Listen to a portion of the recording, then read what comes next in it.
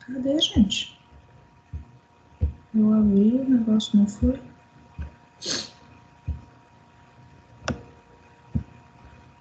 Aqui. Prontinho. Então, bora lá. Deixa eu só confirmar aqui se está gravando. Tá. Então, vamos começar, né? Hoje a gente vai falar, então, um pouquinho sobre as alterações leucocitárias neoplásicas, tá?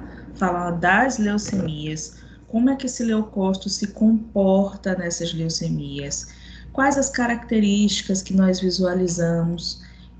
Precisamos entender e relembrar um pouquinho da hematopoiese, o que seria uma hematopoiese normal, o que, de fato, eu já vou conseguir considerar como um processo neoplásico dentro dessas minhas células sanguíneas, tá? Então, vocês vão perceber hoje que nós temos determinados tipos de leucemias mieloides agudas e alguns tipos também de leucemias linfóides agudas. A gente vai falar hoje só de aguda, tá? Deixa para semana que vem a gente falar sobre as crônicas. Beleza? Então, bora lá. Para a gente falar, antes de adentrar dos processos neoplásicos em si, nós precisamos compreender a hematopoiese. Então, falamos da hematopoiese para vocês desde ainda das nossas aulas presenciais, tá? Onde eu preciso ter uma hematopoiese normal, uma hematopoiese satisfatória. Como é que eu consigo, então, ter essa hematopoiese? Através de equilíbrio. Equilíbrio entre o quê? Equilíbrio entre a proliferação, ou seja, a produção dessas células hematopoiéticas, bem como a morte programada dessas células. Então, eu preciso ter o equilíbrio entre a produção e a morte celular, tá? Esse equilíbrio, então, a gente chama de homeostase, ou uma homeostase ideal, ok? Dentro dessa homeostase ideal, nós temos o início feito através dessas células tronco hematopoiéticas, lá, e lembrem lá da extincel, a célula pluripotente que vai gerar cada linhagem. Dentro dessa nossa célula tronco hematopoiética, nós subdividimos em dois grupos, célula tronco mieloide e célula tronco linfóide. Célula tronco mieloide vai me originar as hemácias, as plaquetas e o mieloblasto. Dentro do mieloblasto, nós teremos as subdivisões das células granulocíticas, tá? O eosinófilo, neutrófilo e o basófilo, tá? E na célula tronco linfóide, nós teremos o linfoblasto, que vai me originar os linfócitos B e os linfócitos T. Só fazendo um braço bem aqui na linhagem da célula tronco mieloide, nós também temos a produção dos monoblastos, que vão me originar os monócitos, tá? Então, os monócitos, eles não são advindos da célula tronco linfóide, tá? Ele vem da célula tronco mieloide. É isso aqui que a gente vai ter a diferenciação dos tipos de leucemia, tá? As leucemias que atingem a linhagem mieloide e as leucemias que atingem a linhagem linfóide. E por definição, o que seriam então as leucemias? As leucemias são neoplasias derivadas de células hematopoiéticas que proliferam a princípio, inicia na medula óssea, para posterior disseminação no sangue periférico, no baço, nos linfonodos, até a chegada dessa célula no tecido. Tá? Então, por definição, as leucemias seriam o quê? Neoplasias nas células sanguíneas, nas células hematopoiéticas, ok? Aonde é que inicia esse processo neoplásico? Na medula, tá? Na rotina laboratorial, a gente visualiza o esfregaço no sangue periférico, tá? Porém, através do sangue periférico é que você tem um norte para saber o que está acontecendo com a tua medula óssea, ok?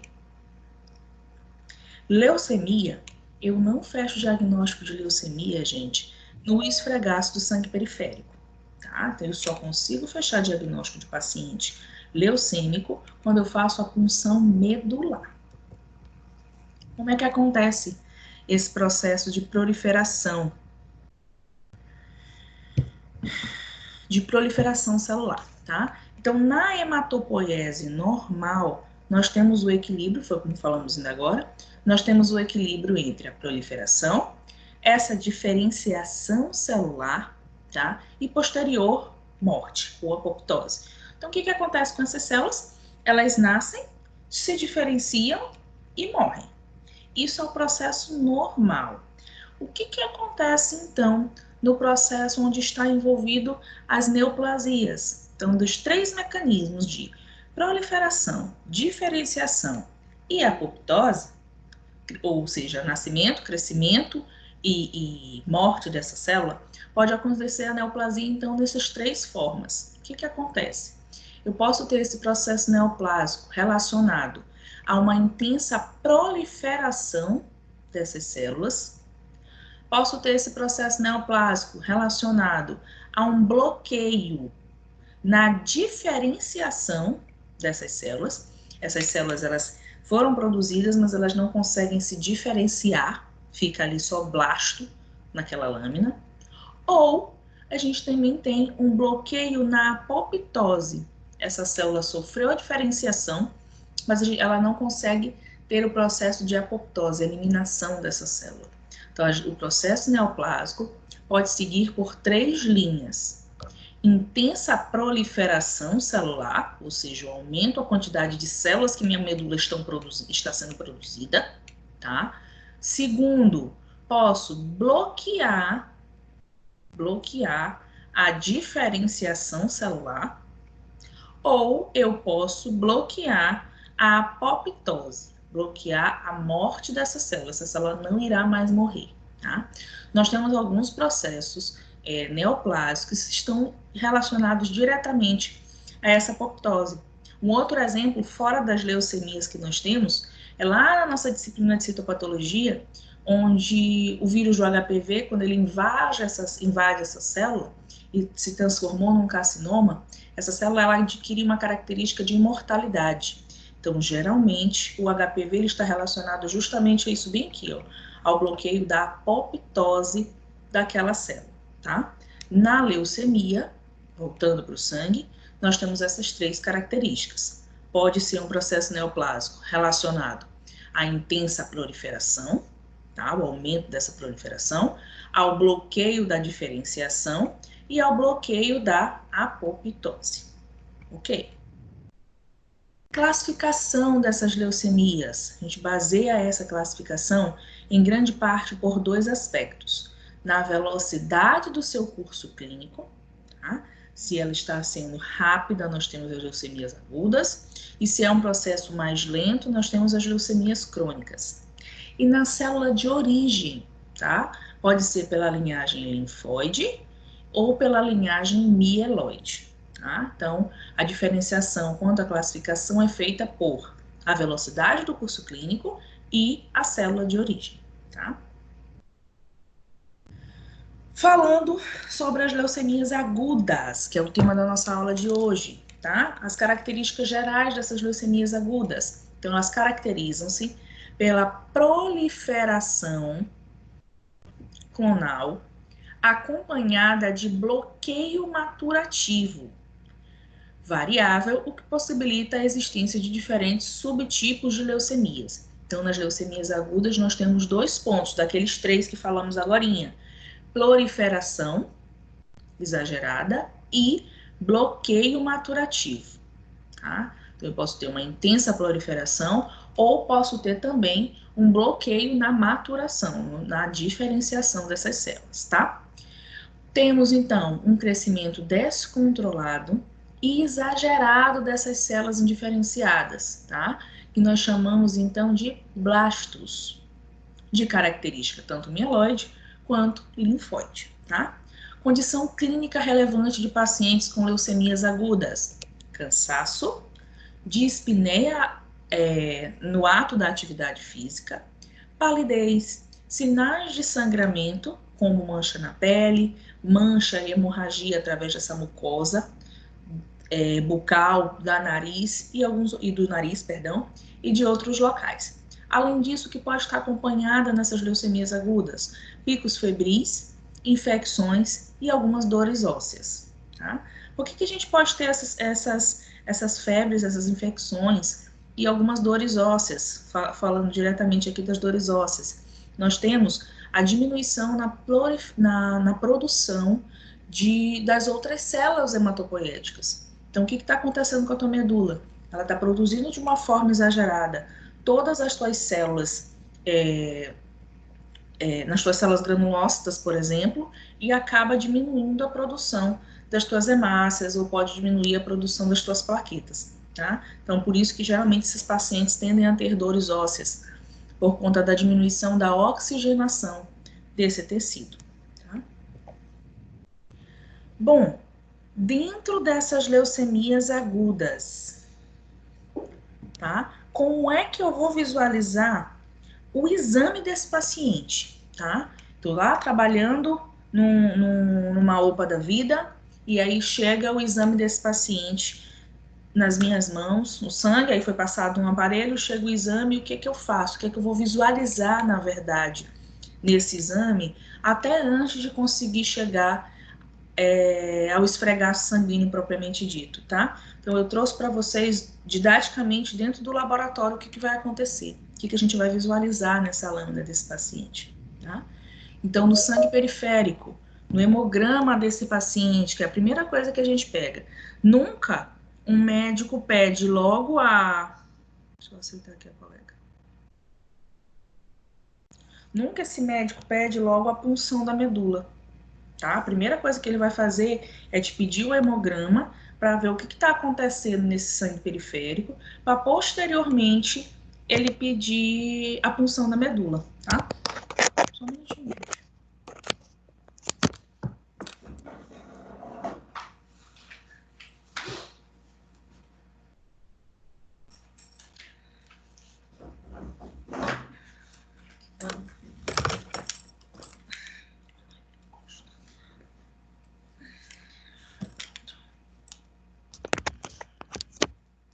Então, esse médico ele nunca vai te pedir logo de cara a punção da medula. Ele vai primeiro te pedir o sangue periférico para ver o que está acontecendo nesse sangue periférico, tá? No sangue periférico vai parecer basicamente o que está acontecendo na medula, sendo que na medula vai estar de uma forma muito mais exagerada, tá? Porque é ali onde está tendo o processo desordenado dessa neoplasia. Bom, como é que eu vou visualizar esse sangue periférico desse paciente? Primeira coisa, na contagem de eritrócitos, tá? Vai ter uma redução que pode ser de moderada a acentuada, tá? E a priori nós teremos uma anemia normocítica normocrômica, tá? Mas você tem sim uma visualização no tamanho, aliás, na contagem desses eritrócitos. Nós temos sim uma anemia, tá? Já na contagem dos leucócitos, dependendo do tipo de leucemia, ela pode estar diminuída, essa contagem, pode estar normal ou ela pode estar aumentada. Pode estar aumentada também essa contagem de leucócito. O que você vai visualizar nas leucemias agudas? Os blastos, tá? E nós temos algumas peculiaridades. Se esse paciente estiver com uma leucopenia, uma diminuição na contagem desses leucócitos totais, esses blastos podem ser raros ou ausentes. Estamos falando de sangue periférico, tá? Já numa leucocitose, tá? Quando esses leucócitos desse paciente estão muito altos, os blastos eles são extremamente visíveis, tá? Podendo ao ponto chegar de ter maior quantidade de blastos do que células maduras naquele esfregaço sanguíneo, tá? Contagem de plaquetas, dependendo da leucemia, do tipo de leucemia aguda, ela vai estar frequentemente diminuída. Por que a gente tem diminuição na contagem de plaquetas e na contagem de leucócitos? Medula está produzindo numa maior concentração os leucócitos e acaba deixando de lado a quantidade de produção tanto dos eritrócitos quanto das plaquetas, tá? Por isso que a gente tem uma redução na maioria das vezes, ok? Visualizei então essas baixas, essas diferenciações no sangue periférico. Visualizou blasto um quantitativo alto. Joga nessa observação que esse paciente, que você está contando, está visualizando esses blastos e sugere nessa observação imunofenotipagem. É só a partir da imunofenotipagem é que eu consigo dizer que tipo de leucócito é aquele, que tipo de leucemia é aquela que está acontecendo naquele paciente, tá? Bom, apareceu um monte de blasto nesse sangue periférico, e aí o médico começa a pedir, então, a punção dessa medula. Pediu a punção da medula. O que você vai visualizar nesse esfregaço medular? 30% ou mais do total de células nucleadas dessa medula é representada por blastos, tá? Com morfologia variável, conforme então o tipo de leucemia. Então, nas leucemias agudas, você pode ou não visualizar um quantitativo alto de blastos no esfregaço sanguíneo, porém, na medula você já consegue sim dizer que aquilo ali é provavelmente uma leucemia aguda, por conta da visualização exagerada da presença desses blastos.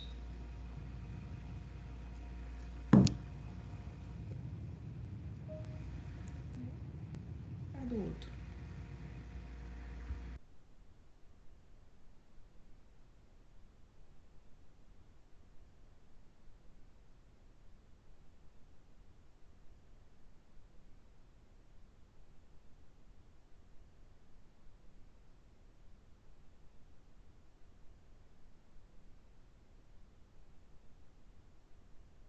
Pronto, todo mundo aceito.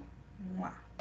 Professora, Senhora, é uma pergunta, eu entrei ainda agorinha, mas eu estou acompanhando aqui, eu estava fazendo jantar, mas estou acompanhando. Deixa eu lhe fazer uma pergunta que eu queria saber. O mielograma, ele serve para detectar leucemia? sim, Ele é a punção da medula, é isso? isso, justamente. Que a gente chama de mielograma, você tá certa. Ah, era só isso mesmo que eu queria saber. Tá. Gente, me dá um minutinho aqui, deixa eu só responder um paciente aqui, tô acompanhando o caso dele rapidão, rapidão, rapidão.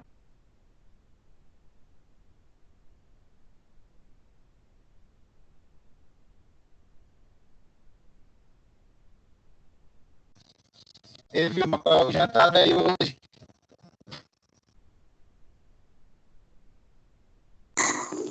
Macarrão, macarronada. Ah, ralado. Ai, não é nada, uma delícia.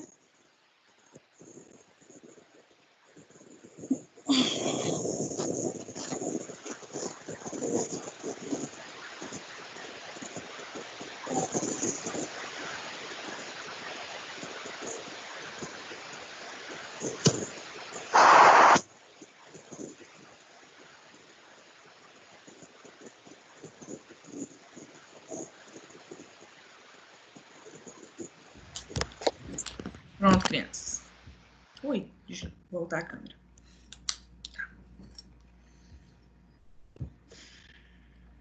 Essa é uma paciente que foi diagnosticada há pouco tempo com câncer de mama, e aí a gente está trabalhando em cima. E aí, quando essa pessoa me manda mensagem, eu acabo tendo que. Enfim, bora lá voltar. Não interessa isso agora. Sim, então, como a Vilma falou ainda agora, a punção de medula é a mesma coisa que o mielograma, tá?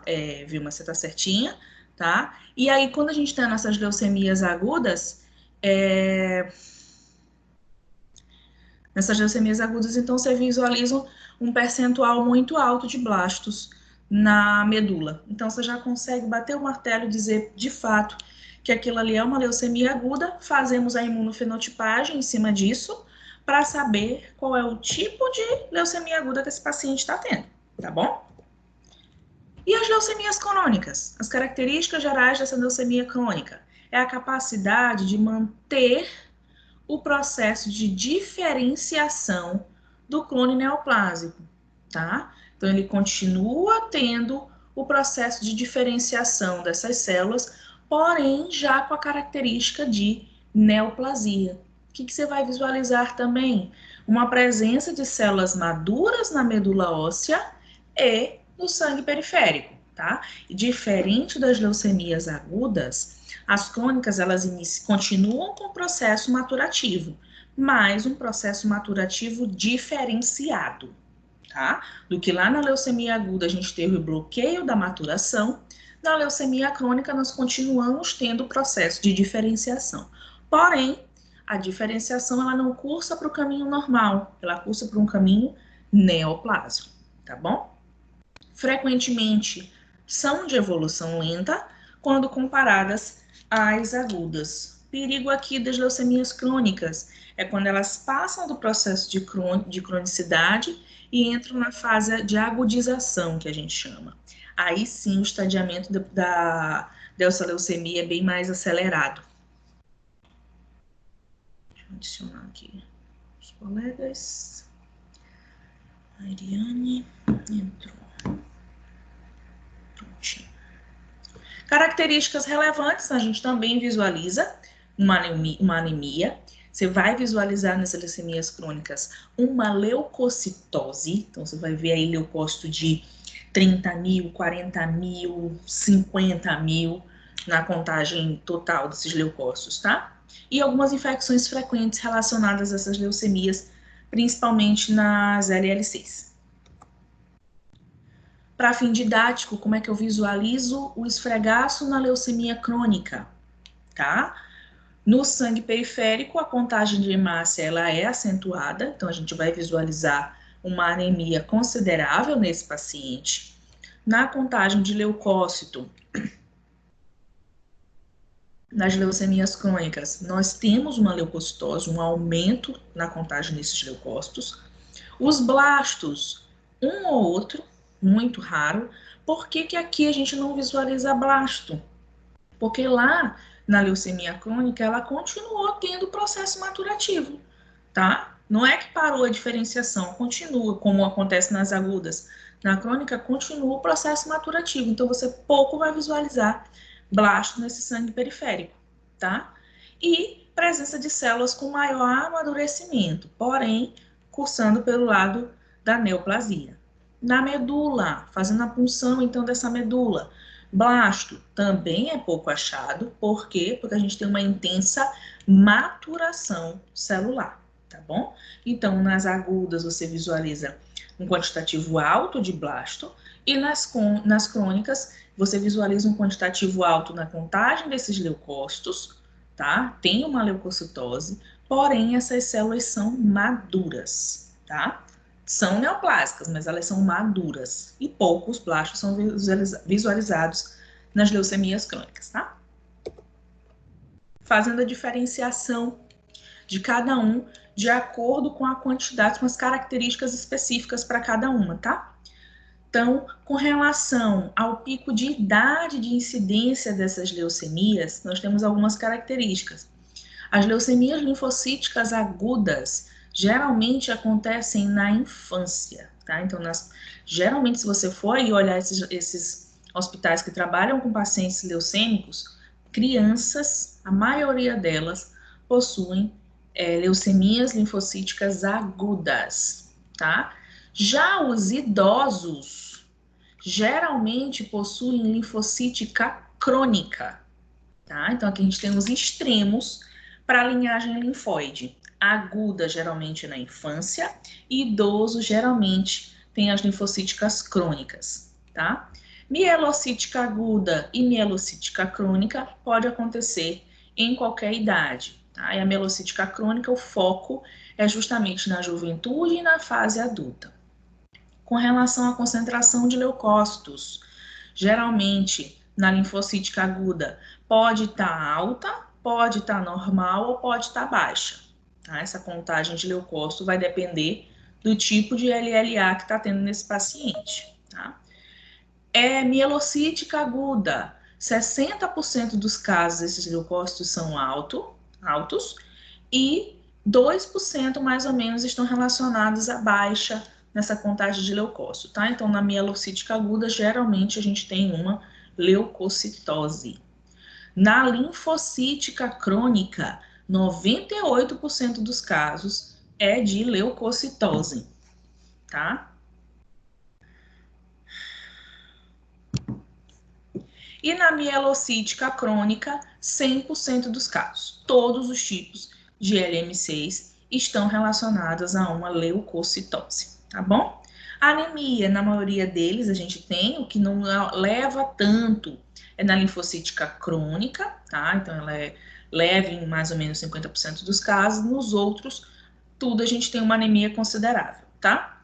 Assim como a contagem de plaquetas, na linfadenopatia, quando a gente tem aumento dos linfonodos, esplenomegalia e algumas outras características relacionadas ao sistema nervoso central, tá? Então, vai muito de acordo com cada tipo de leucemia, ok? Nas leucemias em geral, nós temos o esfregaço do sangue periférico, depois você faz o mielograma e através desse mielograma você faz a citoquímica. A citoquímica nada mais é do que a coloração, para você compreender, de acordo com a coloração, o que está acontecendo com esse paciente. Através dessa coloração, você consegue ter um norte de qual tipo de leucemia que nós temos nesse paciente, tá? Então, aqui são métodos de coloração que nós temos e que são características de cada tipo de leucemia, tá? A gente vai falar hoje, principalmente, do Sudan Black, tá? E vamos falar da mieloperoxidase. Acho que eu nem coloquei aqui a mieloperoxidase, mas vamos falar muito delas quando a gente for falar de mieloide aguda, tá? São os parâmetros que nós utilizamos diretamente, as colorações que nós usamos para os diagnósticos das LMAs, tá bom? O que fecha o diagnóstico desse paciente não é sangue periférico, mais uma vez eu falo para vocês, é o mielograma. E através desse mielograma você realiza a imunofenotipagem desse paciente, tá? Através da imunofenotipagem você consegue dizer quais os antígenos que esse paciente possui e de acordo com a presença desses antígenos, você consegue dizer qual é o tipo de leucemia que esse paciente tem, tá? Então, a imunofenotipagem, ela é o método preferencial para avaliar diferentes antígenos celulares que estão associados a diferentes estágios de maturação da célula, tá? Então, através desses antígenos, tá? É que você consegue dizer, então, qual é o tipo de leucemia, qual o estadiamento e até qual o prognóstico desse paciente, tá bom? Aqui a gente trouxe alguns marcadores utilizados nessas imunofenotipagens. Então, ó, na LLA tipo B, leucemia linfóide aguda do linfócito T, perdão, nós temos alguns marcadores, tá? Então, a gente tem CD2, CD7, relacionados, alguns marcadores relacionados à maturação. Nós temos CD34, CD45, vamos falar mais na frente sobre o CD34, na diferenciação da LLA tipo T na LLA do tipo B, tá? E aí a gente tem cada marcadorzinho específico para uma leucemia. Profa, eu preciso de fato guardar na minha cachola agora todos os tipos de marcadores, todos os tipos de antígenos? Não. Geralmente você inicia um trabalho desse usando as tabelinhas, deixando as tabelinhas do teu lado, até tu criar uma familiaridade frente àqueles marcadores. Com o tempo, ela já vai estar tão clara na tua mente que já não vai mais nem usar a tabelinha, tá? Assim como eu falei para vocês que existem aqueles valores de referência para a série vermelha dentro do laboratório, que você vai guardando, né? Com o tempo, tu vai perceber que tu já faz isso ali naturalmente, tá bom? Mas você não é obrigado a ficar guardando esses marcadores de cabeça, não, até porque são muitos marcadores. E é um ou outro que faz a diferenciação crucial de uma leucemia à outra, tá? Alguma dúvida por enquanto, gente? Tranquilidade?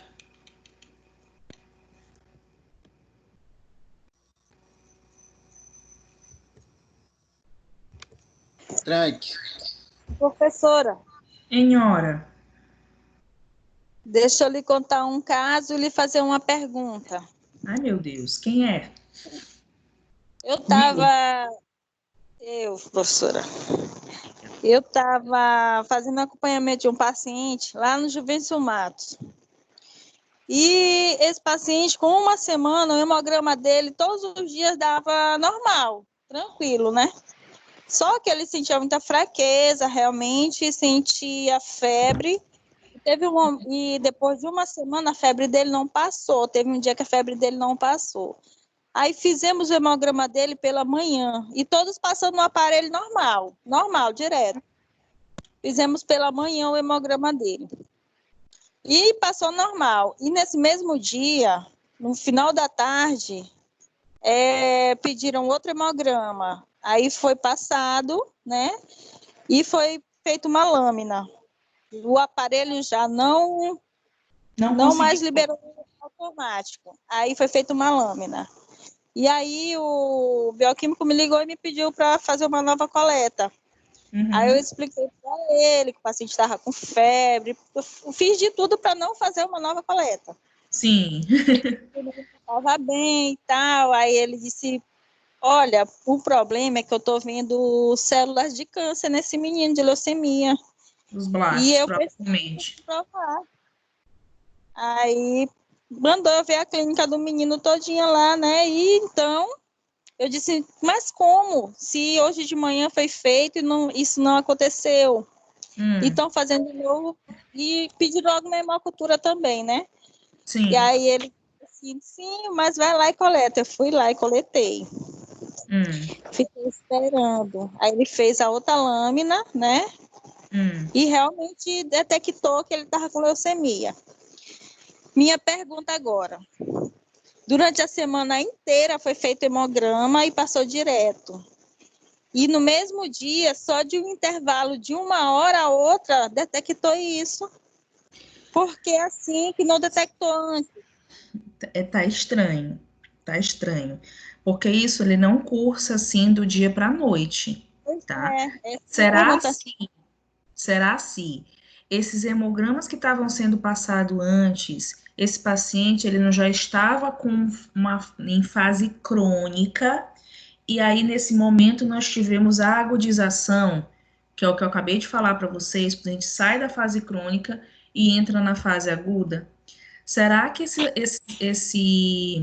esses memogramas desse paciente anteriormente de fato estavam sendo lido lâmina? Eu já passei por uma situação em que eu via profissionais fazendo o hemograma desse paciente, liberando o hemograma desse paciente, por exemplo, com 30 mil de leucócitos, uma contagem de 30 mil de leucócitos, e não fazia esfregaço.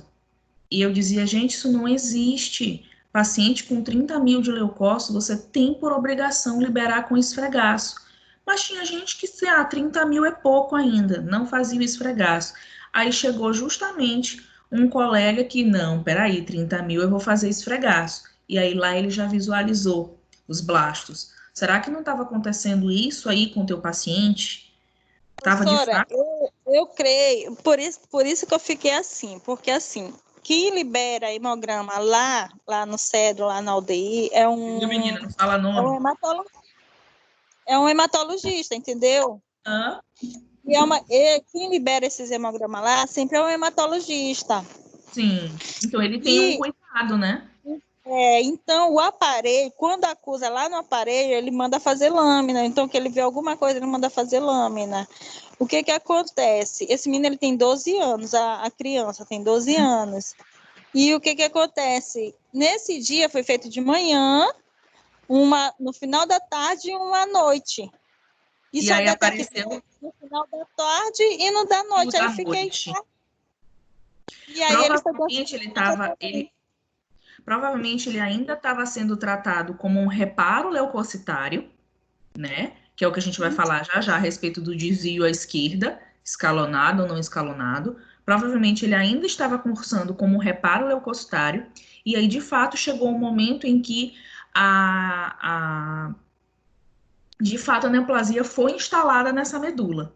Ou então, ela estava ainda lá, de fato, na medula, quietinha, ainda mostrando o sinalizador para a gente através de reparo, e aí depois que passou para, de fato, para o sangue periférico.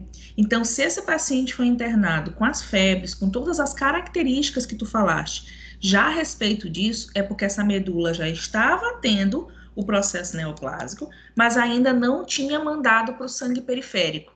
A partir desse momento, dessa tarde que tu falaste, é que de fato a medula não suportou aquela carga de células neoplásicas e aí de fato começou a jogar no sangue periférico. Entendeu? Pode ter sido isso que aconteceu com esse teu paciente. Nesse caso, é bem provável que tenha sido uma leucemia aguda nesse paciente e não crônica. É a aguda que se manifesta de uma forma assim muito mais rápida, muito mais grosseira, tá? Medula tá lá ainda segurando aquelas células neoplásicas e aí tá continuando mandando célula madura normal para o sangue periférico. Chega um momento que ela não suporta e aí joga todas essas células no sangue periférico. É aí que nós conseguiríamos, no caso desse paciente, visualizar que ele está tendo uma leucemia. Entendeu? Então, ele pode ser que eles estavam liberando como normal, porque de fato esse paciente estava normal.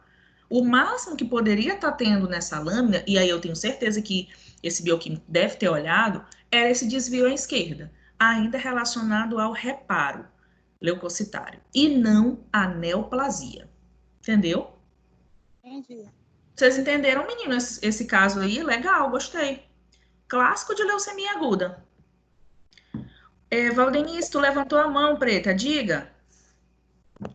Tô olhando aqui agora.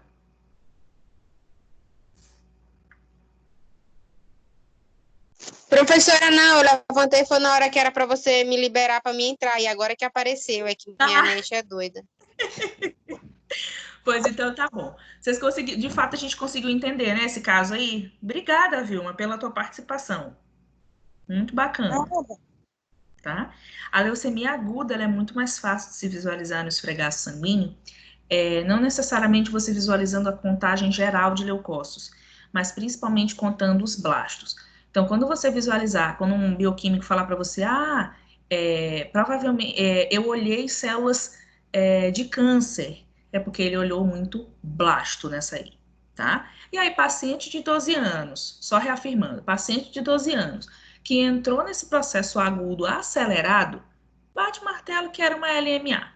Aliás, que era uma LA, era uma leucemia aguda. Através da imunofenotipagem é que a gente vai dizer qual era o tipo, se era mieloide ou se era linfóide. Tá bom? Show! Associada a essa imunofenotipagem, associada à citoquímica, alguns laboratórios trabalham também através da biologia molecular, tá? Então, hoje, essa genética molecular está relacionada diretamente a você ver como é que está a fita de DNA desse paciente, até que ponto que essa neoplasia invadiu esse DNA para esse processo de proliferação acelerado, e através dessa classificação é que a gente consegue dar um prognóstico para aquele paciente. Um exemplo, você fez a imunofenotipagem, já foi visualizado que você tem ali uma LMA, uma mieloide aguda. Como é que eu vou fazer o tratamento desse paciente? Tá? Então, nós temos medicamentos específicos para cada leucemia e através da genética molecular você consegue dar então esse prognóstico para o paciente. O que isso significa? Vamos fazer o tratamento desse paciente, mas o prognóstico dele é favorável. Então, de fato, quando eu iniciar o tratamento dele, ele vai ter um estadiamento muito bom, tá? Uma regressão muito boa. O que acontece em alguns determinados pacientes? Determinadas alterações cromossômicas nesse paciente pode levar a um diagnóstico, um prognóstico favorável ou um prognóstico desfavorável. Então, exemplo, quando a gente já tem uma alteração cromossômica na porção T411, que está relacionada diretamente, ela é LLA do tipo B, o prognóstico desse paciente é muito ruim. O que isso quer dizer? Provavelmente, se esse paciente iniciar o tratamento, não vai ser um tratamento tão efetivo, ou esse paciente pode vir a óbito muito rápido, tá? Que é o que acontece em algumas leucemias agudas, tá?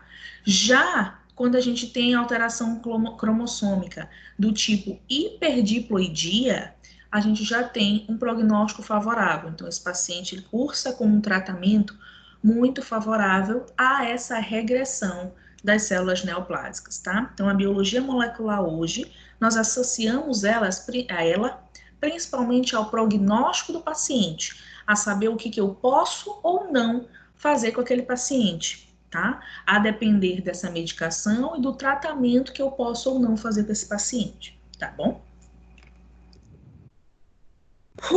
Falando agora diretamente das LMAs, nós dividiremos elas de M0 a M7, com as características de cada uma, tá?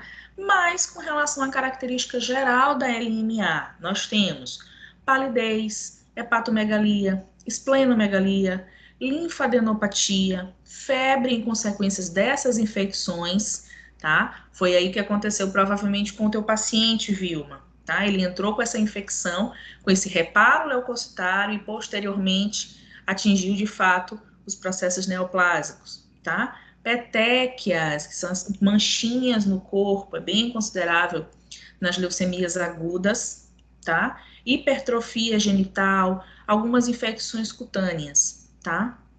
E como é que vai estar o hemograma desse paciente? Contagem de plaqueta e hemoglobina baixa, tá? Nas células brancas, elas podem variar de muito baixo a muito alto, tá? Então, ele pode chegar a uma contagem de 1.000 leucócitos por campo ou 200.000 leucócitos por campo, tá? Então, uma quantidade muito baixa, ou uma leucopenia, ou uma leucocitose nesse paciente, tá? Na contagem diferencial de células brancas anormais, pode ter uma neutropenia, com presença de blastos, e são nesses blastos é que a gente tem, aliás, na visualização desses blastos, é que o aparelho libera para a gente aqueles flags, tá? Que é quando ele não consegue contar. Aparelho de rotina de hemograma, ele não conta blasto. Aparelho dos mais simples, eles não contam blastos, tá? E aí ele te dá um asterisco lá, no esfregaço sanguíneo, é que você vai visualizar aquelas células gigantes imaturas, que são os blastos, tá bom? A anemia desse paciente é geralmente normocítica, normocrômica. As poucas células que são produzidas com uma quantidade de hemoglobina igual e com um tamanho igual, tá? Então, são normocíticas, normocrômicas. E pode levar a uma trombocitopenia severa, dependendo do tipo de LMA, tá bom? Fatores desencadeantes. Na maioria das vezes, eles dizem que não tem uma causa específica, evidente, para uma leucemia mieloide aguda. Porém, nós temos alguns fatores que podem ser, sim, relacionados a essa predisposição nas leucemias mieloides agudas. Como? Radiação ionizante. Alguns vírus oncogênicos podem estar relacionados às LMAs, tá? Alguns fatores genéticos e congênitos. Hoje as leucemias já sim estão relacionadas aos fatores genéticos, àquele histórico familiar em que teu bisavô teve, avô teve, na linhagem do teu pai, e a chance de você ter na sua linhagem é bem maior, tá? Aos fatores genéticos. Algumas substâncias químicas e alguns fármacos. Mais uma vez a gente fala do benzeno. O benzeno estava relacionado lá nas anemias hemolíticas que nós falamos. E podem também desencadear as leucemias mieloide aguda, tá? Bem como alguns agentes alquilantes também. E predisposição às doenças hematológicas, que não necessariamente precisam estar relacionados aos fatores genéticos. Bom, isso aqui é só para a gente adentrar nos subtipos das LMAs e para lembrar para vocês como é que a gente tem esse processo de progressão dessa leucemia. Então, o certo dessa leucemia mieloide, o certo é que a gente curse da minha medula óssea no processo de maturação celular, tá? Então, eu tenho o blasto sendo produzido e aí depois eu vou ter cada tipo de célula no processo maturativo, até chegar à célula final madura, tá? Então, o exemplo que ele trouxe aqui é um neutrófilo aqui, tá? Então, a gente tem um neutrófilo segmentado aqui, aí nós temos bastonete, mielócito, metamielócito, tá? E aí vai seguindo o processo maturativo. Aliás, imaturativo, né? Porque o que eu quero é produzir a célula madura para que ela chegue no sangue periférico e depois faça sua função lá no tecido, tá? O que acontece na leucemia?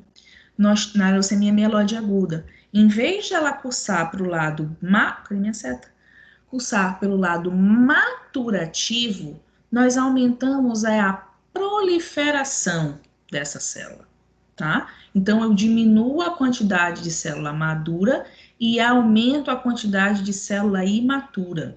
Então, em vez de eu ter uma quantidade maior de segmentado, que é a célula madura, eu vou começar a produzir muito bastão, muito metamielo, muito mielo, muito promielo, até chegar à visualização dos blastos, tá? Aqui é que eu relembro para vocês o processo do desvio à esquerda que eu falava para vocês em aula. E nós temos dois tipos de desvio à esquerda. O desvio à esquerda escalonado e o desvio à esquerda não escalonado, tá? O desvio à esquerda nada mais é do que você visualizar no sangue periférico essas células imaturas. Ponto. Dividindo esse desvio à esquerda. Desvio à esquerda escalonado é quando eu tenho a diminuição nessa contagem dessas células maduras, tá? Então, eu tenho 50 segmentados, aí eu tenho 40 bastões, 30 metamielo, 20, 10, 5. Isso aqui é um desvio escalonado, tá? Geralmente, os desvios escalonados, eles estão relacionados ao reparo leucocitário. Então, o que pode estar acontecendo com esse paciente? Ele pode estar tendo uma infecção, ele pode estar tendo uma inflamação, ele pode estar tendo um processo alérgico relacionado, que vai acabar desencadeando esse processo inflamatório. Então, geralmente, o reparo, então, está associado ao desvio à esquerda, tá? Já o desvio à esquerda escalonado, já o desvio à esquerda não escalonado, é que eles estão relacionados aos processos neoplásicos. O que está acontecendo? A tua medula está produzindo essas células, mas ela produz de uma forma desordenada. Então, ela joga blasto, ela joga metamielo, ela joga do jeito que ela bem entender esse quantitativo de célula, tá? Então, o que você vai visualizar? Uma bagunça. Então, pode ser que apareça 50 células maduras, que é o segmentado, aí apareça 10 bastões, 100 metamielo, 50 mielo, aquela bagunça, tá? Então, quando eu tenho esse desvio à esquerda não escalonado, eu tenho lá, provavelmente, um processo neoplásico envolvido ali. Então, resumindo, o que a gente pode colocar aí, ó? Desvio à esquerda escalonado. Geralmente está relacionado aos reparos leucocitários, tá? A infecção, a inflamação. E o desvio à esquerda não escalonado estão relacionados às neoplasias. Coloque isso aí, pode ser questão de prova, tá? Esse processo desse desvio escalonado, ele pode estar relacionado tanto a essas células granulocíticas, quanto pode estar relacionado também na presença dos monócitos, tá? Então, quando eu tenho esse desvio à esquerda na linhagem dos monócitos, monócito, que é a minha célula mais madura, promonócito e monoblasto, tá?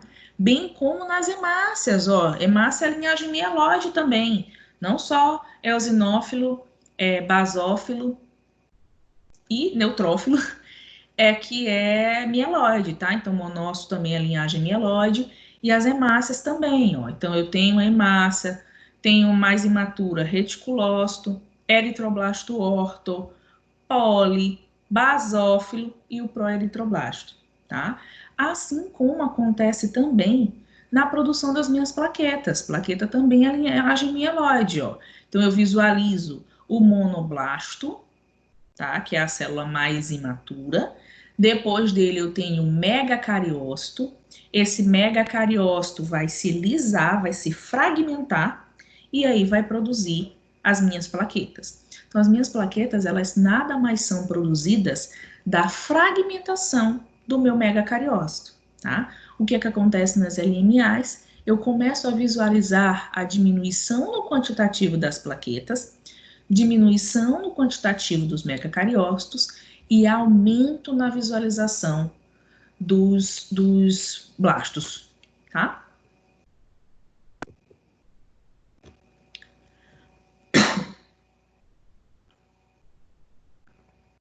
Subclassificação, então, explicando cada tipo de LMA. Falei para vocês que a gente vai trabalhar de LMA M0 até LMA M7, cada uma com a sua característica. Lembrem-se que nas LMAs nós vamos visualizar lá na medula, nós não estaremos mais falando a partir de agora de esfregaço sanguíneo, a gente fala de medula, tá? Na rotina laboratorial da gente, vocês não pegam, de rotina de UPA da vida, você não pega mielograma. Quem faz mielograma são os hematologistas especializados na área, tá? Então, o que você faz junto à rotina é visualizar através do esfregaço sanguíneo de sangue periférico, né? Para te dar um norte do que está acontecendo na medula desse paciente. Vamos lá. Subdivisão. De M0 a M1, o que nós mais visualizamos nessa lâmina são blastos, tá? Então, são as células imaturas. Essa subclassificação, ela é baseada em quê? Na variedade do tipo celular encontrado nessa medula óssea e a variedade de tipo celular encontrado no sangue periférico, tá? M0 e M1 a gente chama de mieloblásticas imaturas, tá? Então, você vai visualizar predominantemente um quantitativo de blasto. Só o que acontece na M0? Esses blastos, eles são indiferenciados. Você não consegue identificar se aquilo ali é um mieloblasto ou se ele é um linfoblasto. Lembrem-se que a gente tem uma célula de origem, tá? A célula hematopoética, que vai me originar mieloide e linfóide, tá? E aqui na M0, esses blastos, a gente considera eles indiferenciados. Então, a priori, você não consegue identificar se ele é um linfoblasto ou se ele é um mieloblasto. O que vai ter como diferenciação? A imunofenotipagem, tá?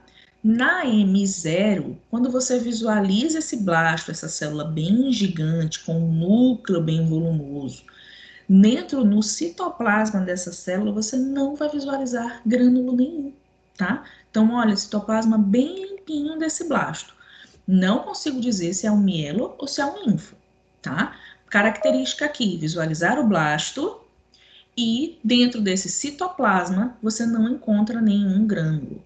Então, o que eu faço de diferenciação, então, professora, para saber se isso é um mieloblasto ou se é um linfoblasto? Imunofenotipagem, tá? Aí, a partir daí, é que ele vai te dizer, não, de fato, é uma M0, ou então, não, é uma LLA, tá bom? O que eu preciso guardar daqui da caracterização dessa M0?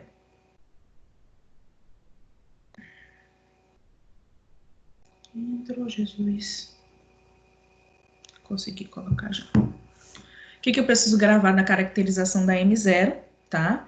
Que eu tenho blastos de tamanhos volumosos e que nesse citoplasma não consigo visualizar nenhum grânulo.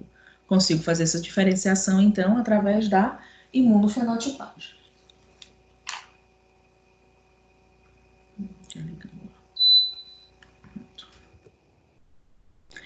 Já na M1, tá? Leucemia mieloide aguda do tipo M1, você já vai visualizar esses blastos em processo maturativo, tá?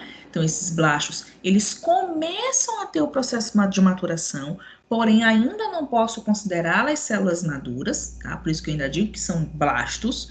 Só que no citoplasma dela, você já vai começar a visualizar poucos grânulos e a presença característica do bastão de Auer, tá? Então, diferenciação da M0 para M1. Eu visualizo na M1 blastos, tá? Que ainda não de fato iniciaram o processo maturativo, porém, no citoplasma dela, eu visualizo alguns grânulos, tá? Então, aqui, ó, essas estruturas mais grosseiras aqui são grânulos, e o bastão de Auer, que é característica de ser visualizado. Esse aqui tá quase imperceptível, gente, mas esse aqui tá lindão, ó. Esse bastãozinho aqui, ó. É característica de LMA M1, tá? O que diferencia M0 de M1? Visualização de alguns grânulos nesse citoplasma e a presença do bastão de Auer, dos bastões de Auer, tá? As duas eu ainda visualizo um quantitativo de blasto muito grande, tá bom?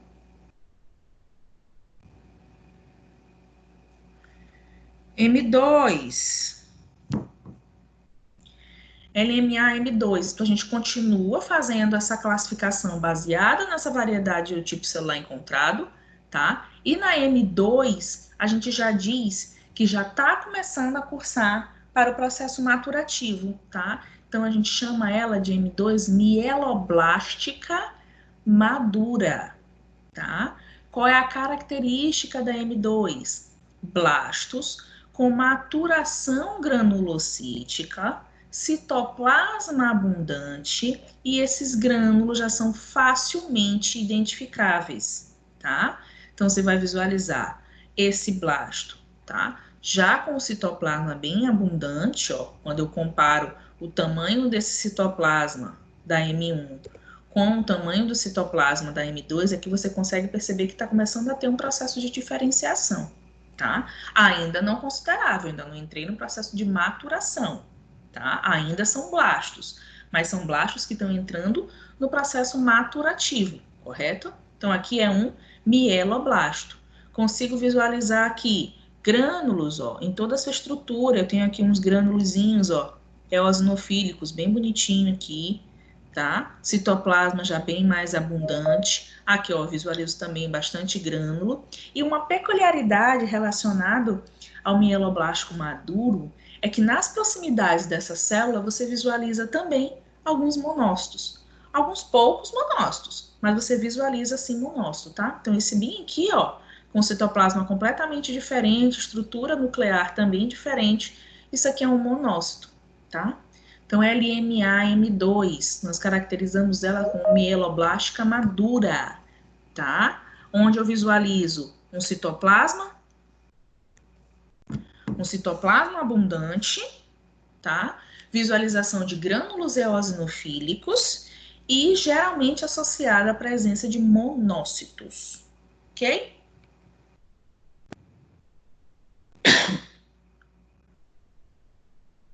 M3.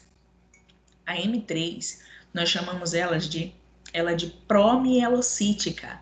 Os grânulos nela já são muito mais evidentes, tá? Muito mais claros. Então, você visualiza ali, como é um promielo, um promielócito, você visualiza ali grânulos tanto eosinofílicos quanto basofílicos. Então, olha aqui a estrutura, ó, eosinofílicozinho, alguns outros mais escuros aqui, que são os grânulos basofílicos, tá?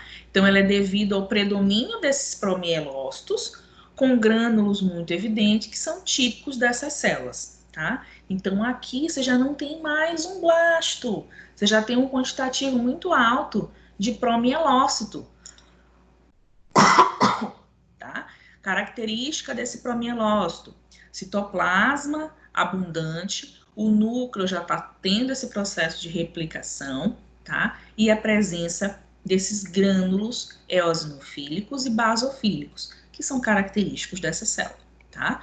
Visualização de nucleolo, olha, lindo esse nucleolo sendo visualizado aqui no promielo, característica normal de promielo, até normal, tá? Você visualizar a presença desses nucleolos, ó, bem bonito aqui, tá bom? Então, na LMA M3, que é a promielocítica, você tem um quantitativo muito alto na presença desses promielócitos. Eles não conseguem finalizar o processo maturativo, então continua ali no processo proliferativo, ok? Vou meu computador para carregar. Alguma dúvida aí por enquanto, gente? Todas as dúvidas ou nenhuma?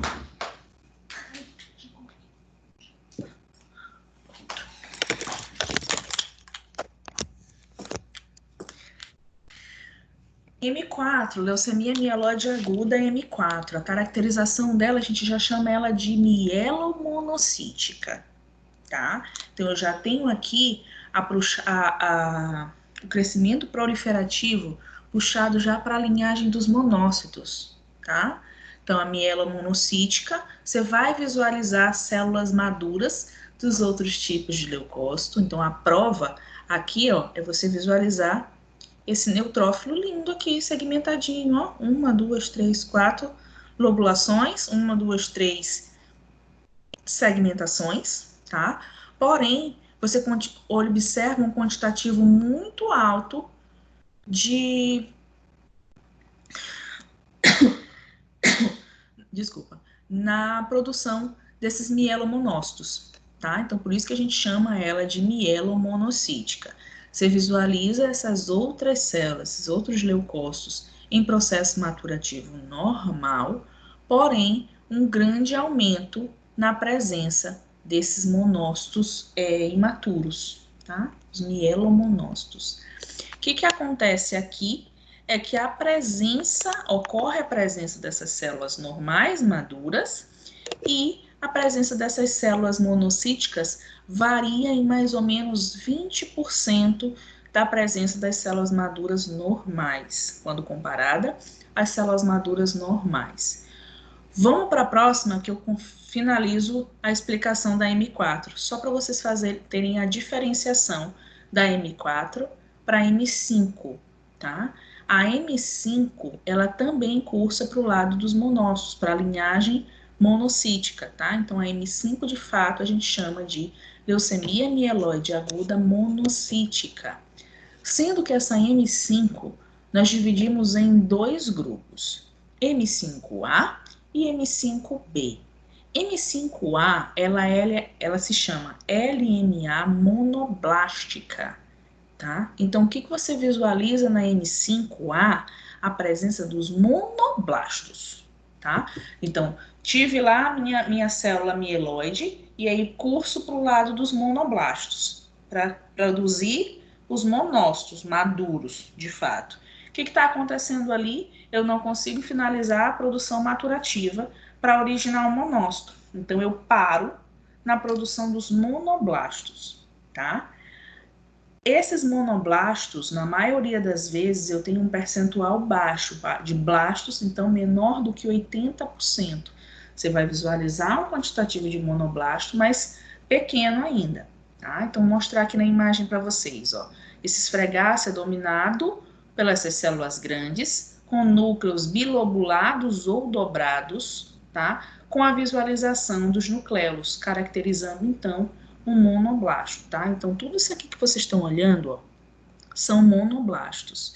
Lá em cima, passou da mieloide, entrou na linhagem dos monócitos imaturos, no caso, a primeira é o monoblasto, tá? Então, você vai visualizar esse citoplasma abundante, que é a característica dos monócitos, tá? Porém, você vai visualizar aqui, ó, esses núcleos que na maioria das vezes pode estar dobradinho ou querer, como se ele fosse querer estrangular, tá? Apesar dele não ser um da linhagem granulocítica, tá? Ele, como se ele quisesse de fato ser estrangulado, tá?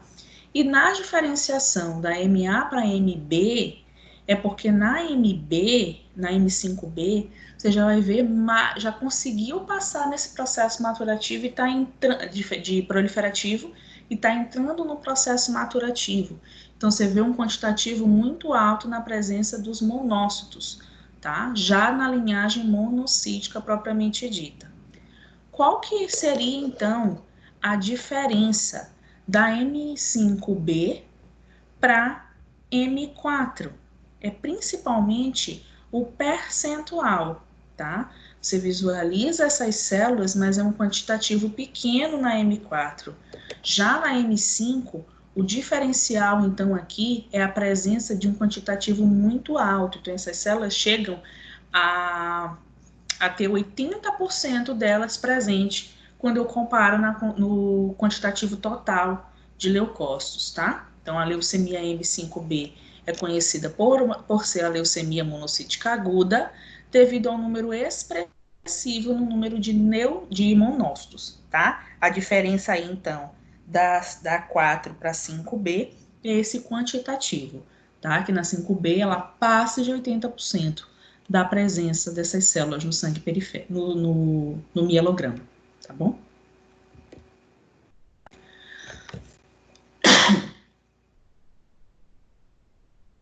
Já a M6, a M6 ela tem uma diferenciação. Eu não falo diretamente das células granulocíticas e não falo diretamente dos monócitos. Agora eu quero falar de eritrócito, tá? É quando eu tenho esse desvio da maturação, mas na linhagem eritrocítica ou eritrocitária. Então, a LMA-M6, nós chamamos ela de eritroleucemia, tá? Como é que eu visualizo ali, então? É uma presença expressiva, um número considerável no sangue periférico, de grande quantidade de eritroblasto. E uma peculiaridade dessa eritroleucemia é que você não visualiza só o último eritroblasto, você não visualiza só pró-eritroblasto, você vai visualizar todos os tipos de eritrócitos imaturos, tá? Então, você vai visualizar um orto, que eu estava falando aqui para vocês, um poli, mas você visualiza também um proelitroblasto, tá? Então, a gente visualiza nessa lâmina todas as células imaturas dos eritrócitos. De uma forma ordenada, não, porque se fosse ordenada, não seria ali uma leucemia, tá? Esse desvio à esquerda não seria escalonado. Não escalonado, na verdade, tá? Então, você visualiza nessa lâmina todos os tipos de célula imatura da linhagem eritrocítica, tá? Então, aqui você tem um pró, mas aqui você tem um poli, aqui você tem um orto, tá? Característica normal, tá? Para esse tipo de leucemia. O que é normal para o nosso organismo é você visualizar apenas as hemácias bonitinhas, tá? Nos processos neoplásicos, você visualiza essas células indiferenciadas. E na M6 aparece ela em todas as fases de evolução, tá? Consigo visualizar isso aqui no sangue periférico? Na maioria das vezes não, tá? Você vai conseguir fazer lá no mielograma, aí depois que passa para o sangue periférico, tá bom? E a M7 está relacionada à presença dos megacariócitos. Os megacariócitos estão relacionados, então, à produção das nossas plaquetas. Então, a M7 a gente chama de leucemia mieloide aguda megacariocítica. Em vez de você visualizar o quantitativo alto de plaquetas, o que vai acontecer com esse paciente se eu não tenho maturação desses meus megacariócitos? Eu vou ter o quê? Diminuição no quantitativo de plaquetas. Então, esse paciente ele vai ser trombocitopênico, tá? Ou plaquetopênico, tá? Também é considerado baseado na variedade desses tipos celulares que são encontrados, tá?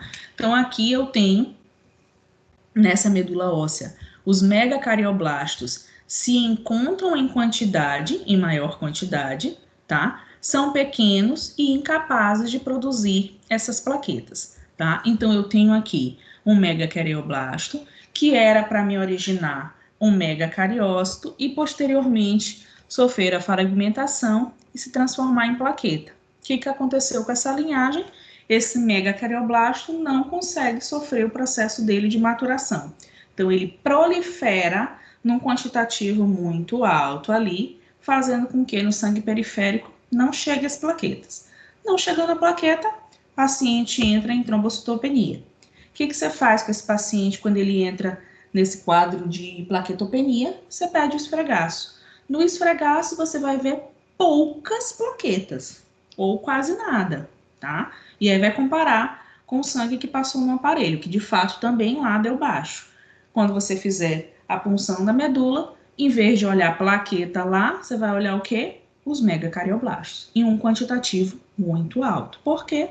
Porque ele não está sofrendo o processo de maturação celular, ok?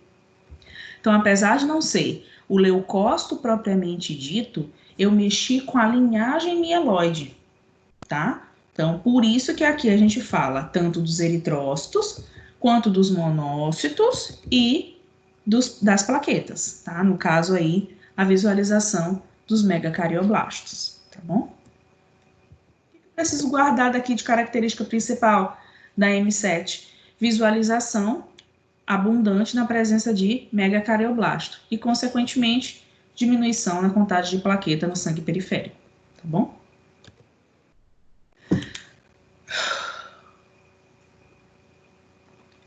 Algumas contagens, aliás, dentro dessas leucemias mieloides agudas, tratando então sobre a citoquímica, sobre a coloração, como a gente faz para esse mielograma, as características principais que a gente utiliza, aliás, as colorações principais que nós utilizamos para a leucemia mieloide aguda são duas. Quais são essas colorações? Mieloperoxidase, tá? E a Sudan. Acho que eu escutei um barulhinho de alguém entrando. E Sudan Black.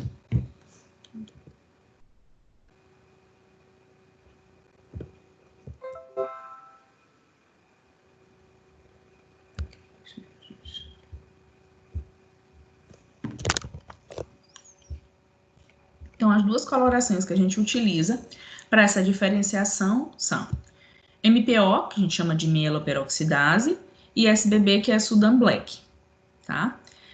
Como é que funciona esse processo de coloração, tá? Então, aqui eu tenho uma célula granulocítica, tá? Em que quando a gente utiliza essa mieloperoxidase, ela vai se corar. Por quê? Porque esses grânulos, eles são ricos nessa peroxidase, tá? Então, se eu adiciono essa coloração, esse corante, o que vai acontecer? Essa célula vai corar, tá? Então, o que acontece com todas as células nas leucemias mieloide agudas que estão relacionadas às células granulocíticas? Todas elas vão dar MPO positivo. Quando é que eu possuo grânulos? É quando essa célula está madura. Lembra que eu falei para vocês que M0 e M1 são células imaturas, tá? Nas células imaturas, na M0 você não vê grânulo, na M1 você vê ainda alguns leves grânulos, mas ela ainda é imatura. Então, o que vai acontecer com o MPO? Eles vão dar negativos.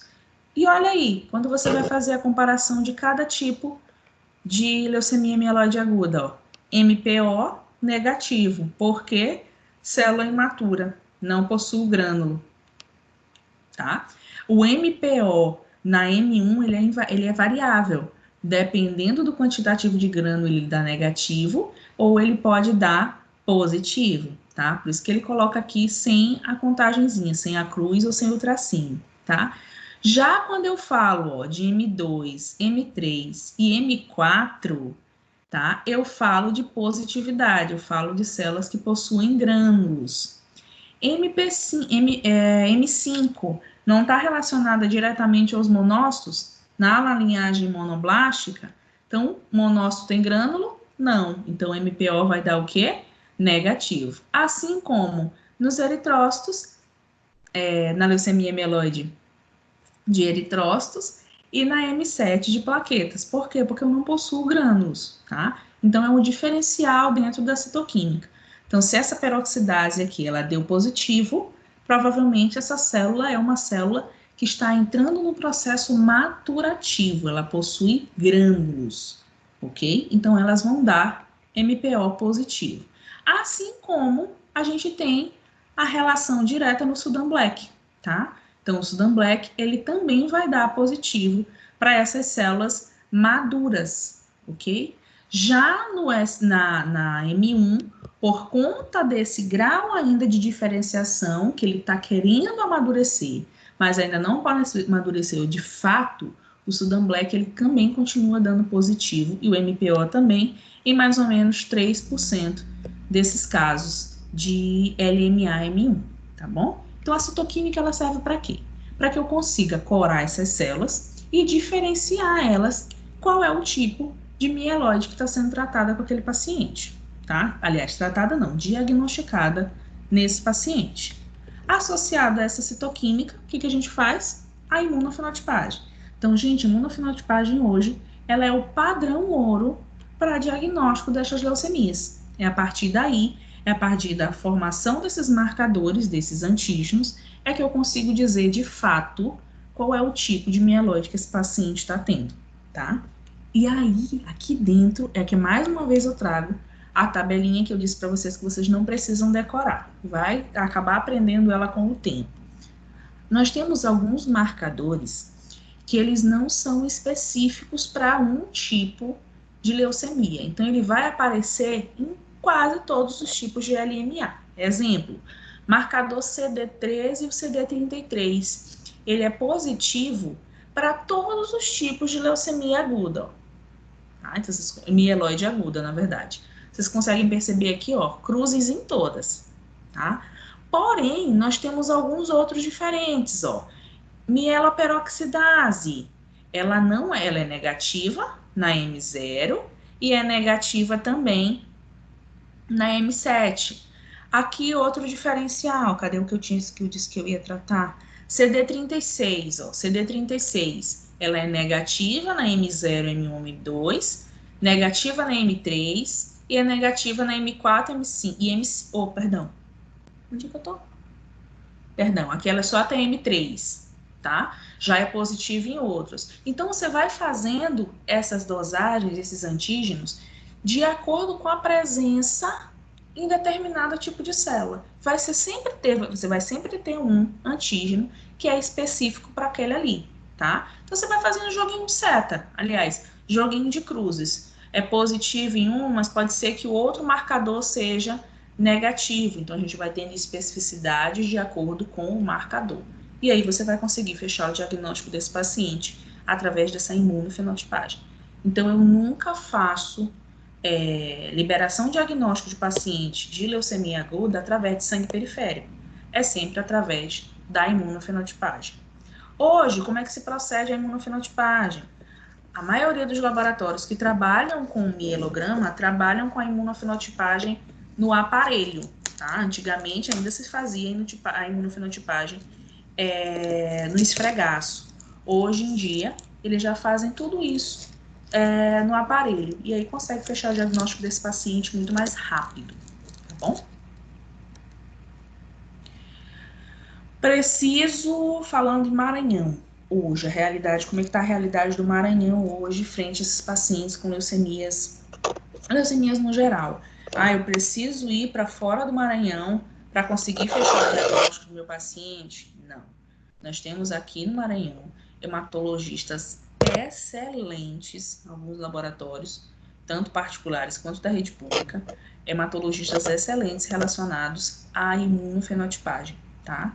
Então, o professor que deu aula pra gente, tanto para mim quanto o professor Irã e a uma outra galera aí que é formado da UFMA, o nosso professor hoje, ele é tipo o cara da imunofenotipagem aqui no Maranhão, tá? Ele saca mesmo, ele consegue identificar muito rapidamente e dizer qual é o tipo de leucemia que esse paciente tem, se ela é grave ou se ela é rara, e consegue fazer também, através do prognóstico desse paciente, o tratamento efetivo dele, tá? Então, por exemplo, cadê minha seta?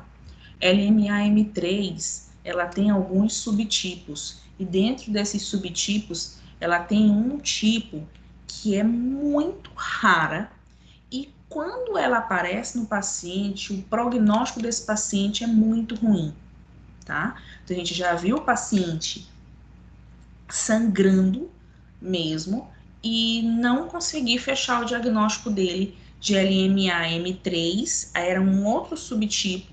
Esse paciente ele tinha sido a priori tratado por um outro tipo de LMA, né? E não conseguiu, aliás, ele tinha sido tratado com um tipo de LMA-M3 no geral, sendo que ele era específico do LMA-M3 do tipo 1, tá?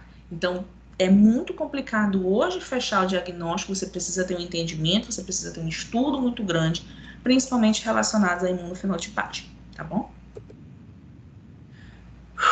Leucemia linfóide aguda agora, então a gente vai falar agora, esquece a linhagem mieloide, esquece os blastos, os monoblastos, e vamos tratar agora diretamente dos linfoblastos, tá?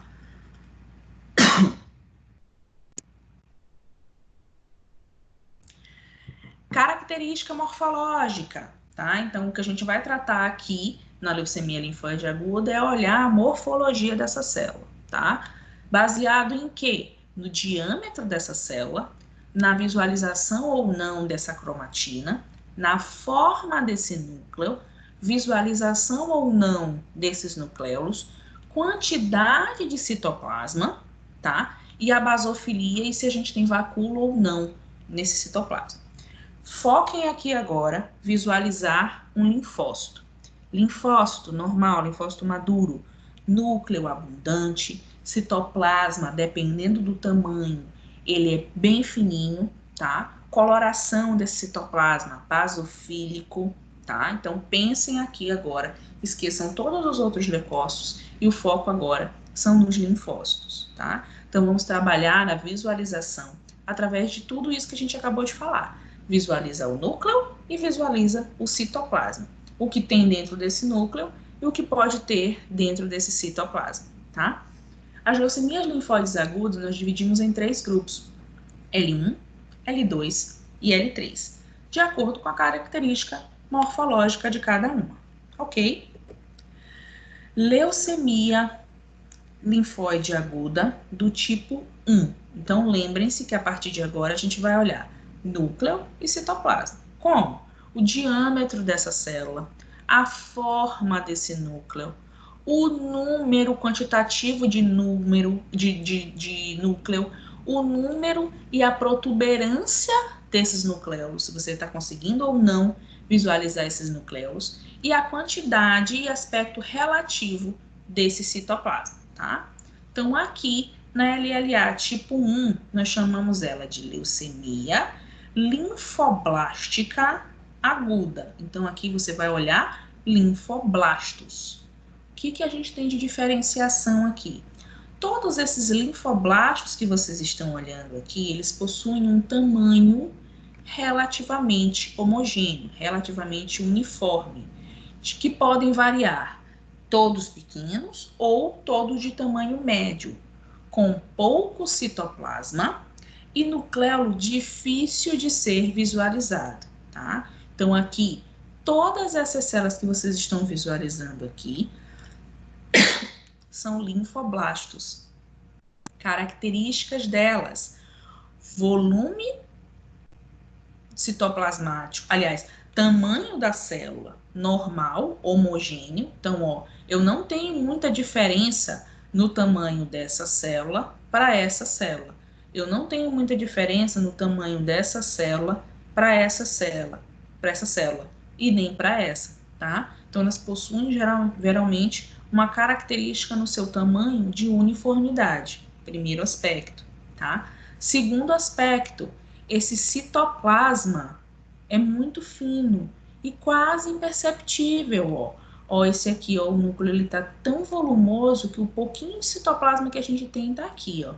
A mesma coisa aqui, ó, eu ainda visualizo um pouquinho de citoplasma aqui e um pouco aqui, tá? Mas esse citoplasma, ele é quase imperceptível, então nós temos pouco citoplasma e um aumento no tamanho desse núcleo, tá?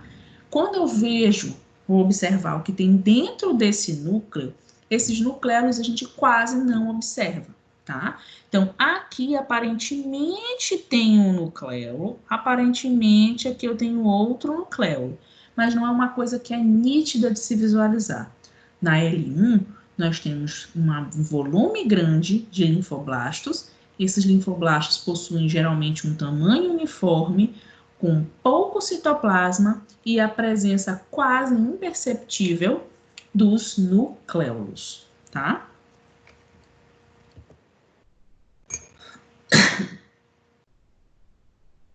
Já na L2, eu continuo ainda com esse processo de visualizar a morfologia geral dessa célula, porém, na LALA tipo 2, que a gente chama de leucemia linfoblástica aguda, esses linfoblastos já possuem um tamanho maior e sem uma uniformidade morfológica, onde os nucléolos são visíveis e o citoplasma geralmente é abundante. Então, aqui eu não tenho, primeiro ponto, visualizando no geral, eu não tenho uma uniformidade no tamanho, como a gente tinha ali na L1, tá? Olha o tamanho dessa célula, olha o tamanho dessa.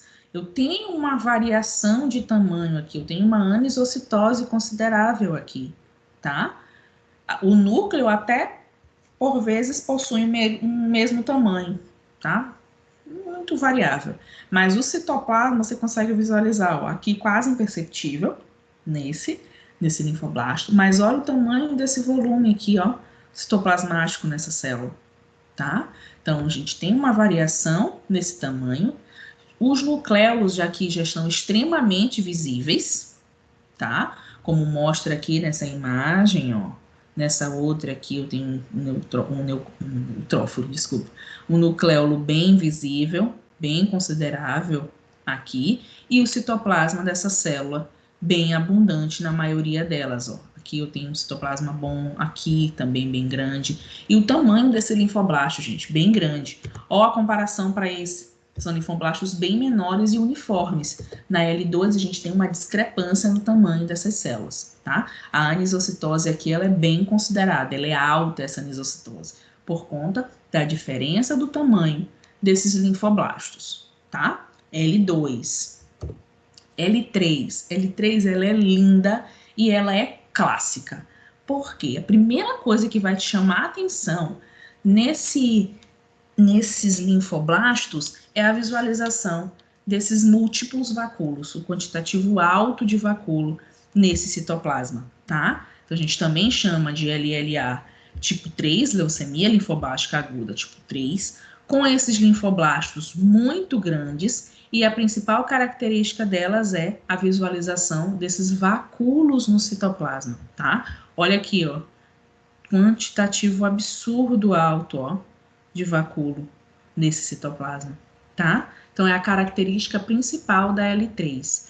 Eu, particularmente, acho mais fácil a gente fazer a diferenciação das leucemias linfóides agudas dos que as mieloides, tá? Porque as linfóides a gente só tem 3 subtipos, sendo que no tipo 1 a gente tem uma homogeneidade na presença desses linfoblastos. Na tipo 2, eu tenho uma variedade no tamanho desses linfoblastos. E na tipo 3, eu tenho a presença desses vacúolos. É tão tal que isso aqui é um linfoblasto que você consegue ver as células da linhagem mieloide cursando na forma de maturidade normal. Olha aqui o neutrófilo, ó. Maduro, lindo. Então, eu sei que aqui a minha linhagem mieloide não está sofrendo nenhuma alteração. E sim, a alteração está envolvendo a linhagem linfóide. Ok? Diferenciação dessas células tipo B e tipo T é feita exclusivamente através de imunofenotipagem, tá? Então, os marcadores, novamente, estão aqui como padrão ouro para diferenciação de que tipo de célula é que está tendo esse processo lesivo, tá? Então, é baseada na expressão desses antígenos de superfície durante a maturação celular. Vamos lá. Aqui, um linfócito é a linhagem linfóide B. Como é que eu consigo fazer a diferenciação? Ó, você tem alguns marcadores específicos, tá? Nessa superfície desse linfócito, como HLA-DR, CD34 e CD-KIT, tá? Porém, esses marcadores, eles não são específicos para a linhagem B. Quando nós olhamos a linhagem T, ela também possui HLA-DR, marcador CD34 e o CD-KIT. Poxa, então o que é que diferencia o linfócito T do linfócito B? Justamente um outro marcador, que é chamado CD7. Eles só aparecem nos linfócitos T.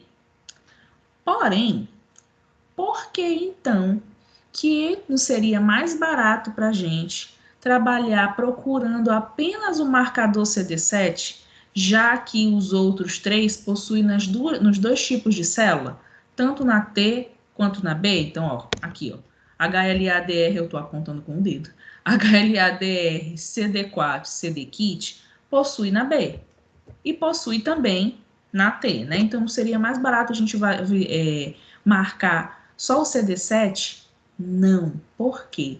Porque esses marcadores, o CD7 é específico do T, tá? Mas esses marcadores aqui, eles são específicos desses dois tipos de célula, tá? O CD7, ele possui na T, mas ele não possui na B, só que o CD7, ele aparece em outros tipos de célula também, tá? Então, apesar do CD7 aparecer no T e não aparecer no B, eu preciso marcar todos esses outros antígenos também, porque eles são marcadores específicos, tanto do B quanto do T, tá? Então, eu preciso marcar não só o 7, mas eu vou marcar todos os que são específicos dos linfócitos, tá? Por quê? Porque o 7, ele aparece no T, não aparece no B, mas ele aparece em outros tipos celulares. Então, você poderia dar um falso negativo para esse paciente, entendeu? Então, você tem sim que marcar todos os marcadores que são específicos desses tipos celulares. E fazer a diferenciação entre o linfócito B e o linfócito T através da presença do marcador CD7, tá? Imunofenotipagem, padrão ouro, ok? Nós temos aqui mais uma vez mostrando a mesma coisa que eu mostrei ali na imagenzinha, mostrando na tabela para vocês cada marcador e cada tipo de linhagem, tá? Então, na linhagem P nós temos marcadores específicos, na linhagem T outros marcadores específicos, ok? Citoquímica.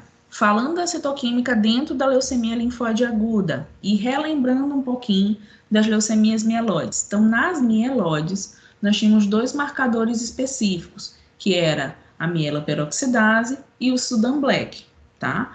Porém, na leucemia linfóide aguda, nós utilizamos um outro tipo de coloração, que a gente chama de periódica ácida de Schiff, ou PAS, tá? Então, esse marcador, essa coloração, está relacionada diretamente às LLAs, tá? Então, demonstram o quê? Uma evidente coloração em forma de anéis concêntricos, de grânulos grosseiros ou de blocos maciços. O que é isso tudo bem aí que a senhora falou, professora? Nós temos as células bem aqui.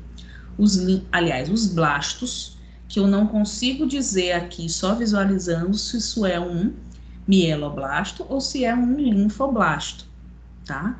A coloração que eu vou utilizar aqui é a coloração de paz. Para quê? Porque ela, quando eu coloco essa coloração frente a esses blastos, ela vai formar esses grânulozinhos aqui, ó, ao redor do blasto. Então, eu sei que isso aqui é um linfócito, tá? E aí, o que acontece na diferenciação entre o linfócito T e um linfócito B? Esse PAS, esse corante, vai formar esses grânulozinhos aqui ao redor dos linfócitos T e não ao redor do linfócito B. Então, a característica direta da citoquímica, utilizando esse corante de PAS, é que vai formar esses grânulos ao redor do linfócito T. Aliás, do linfoblasto do tipo T. E aí eu sei, então, que esse paciente está tendo uma leucemia linfóide aguda do tipo T e não do tipo B, ok? Então, eu associo, eu faço primeiro a citoquímica e depois eu faço a imunofenotipagem desse paciente para conseguir identificar qual é o tipo de linfoblasto que está sendo originado ali, tá bom? Leucemia mieloide crônica. Próxima aula. Crianças, vamos conversar?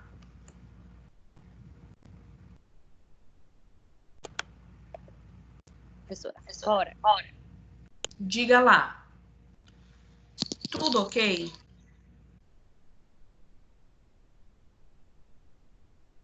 Tá ok. Depois eu vou ter que recapitular, porque é muita coisa.